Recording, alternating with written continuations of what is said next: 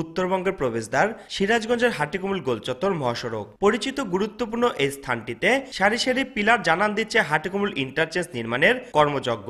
মহাসড়কের ঢাকা পাবনা ঢাকা রাজশাহী ও ঢাকা বগুড়া মহাসড়কের প্রতিটি লেনে ইন্টারচেঞ্জের পিলার নির্মাণ শেষের পথে। প্রকল্পের একদিকে যেমন পিলার নির্মাণ চলছে, অন্যদিকে সমানতালে এগিয়ে চলেছে গার্ডার নির্মাণ কাজ। যানজটের ভোগান্তি কমাতে 2022 সালে সাসেক 2 প্রকল্পের আওতায় মহাসড়কের গুরুত্বপূর্ণ এই পয়েন্টে আন্তর্জাতিক মানের ইন্টারচেঞ্জ নির্মাণ শুরু করে সড়ক বিভাগ। মাঝপথে 1 বছর ভূমি অধিগ্রহণে কিছু জটিলতা সৃষ্টি হলে তা নিরসন করে এখন পুরোদমে চলছে নির্মাণযজ্ঞ।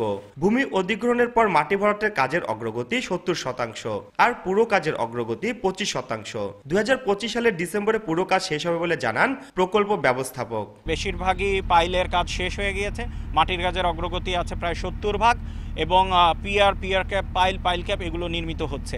তো আশা করা যায় ডিসেম্বর 2025-এর মধ্যে আমরা এই কাজ শেষ করতে পারবো।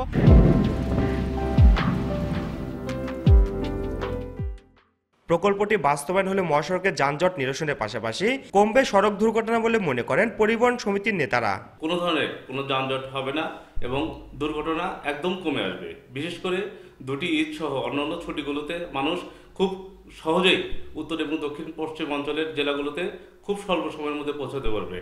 আধুনিক মানের এই ইন্টারচেঞ্জের মাধ্যমে এই অঞ্চলে ব্যবসা বাণিজ্যের অগ্রগতির পাশাপাশি দেশের অর্থনীতিতে গতি সঞ্চার হবে বলে জানান প্রকল্প সংশ্লিষ্টরা। ইন্টারচেঞ্জটি নির্মিত হলে সাধারণ মানুষের যান চলাচলের পাশাপাশি আমাদের যে ব্যবসা বাণিজ্য এগুলো আরও বহুলাংশে বেড়ে যাবে। প্রায় 743 কোটি টাকা ব্যয়ে ইন্টারচেঞ্জটি নির্মাণ করছে China railway construction bridge engineering company নামে চীনা ঠিকাদারি প্রতিষ্ঠান। রিঙ্কু কুন্ডু, সময় সংবাদ, সিরাজগঞ্জ।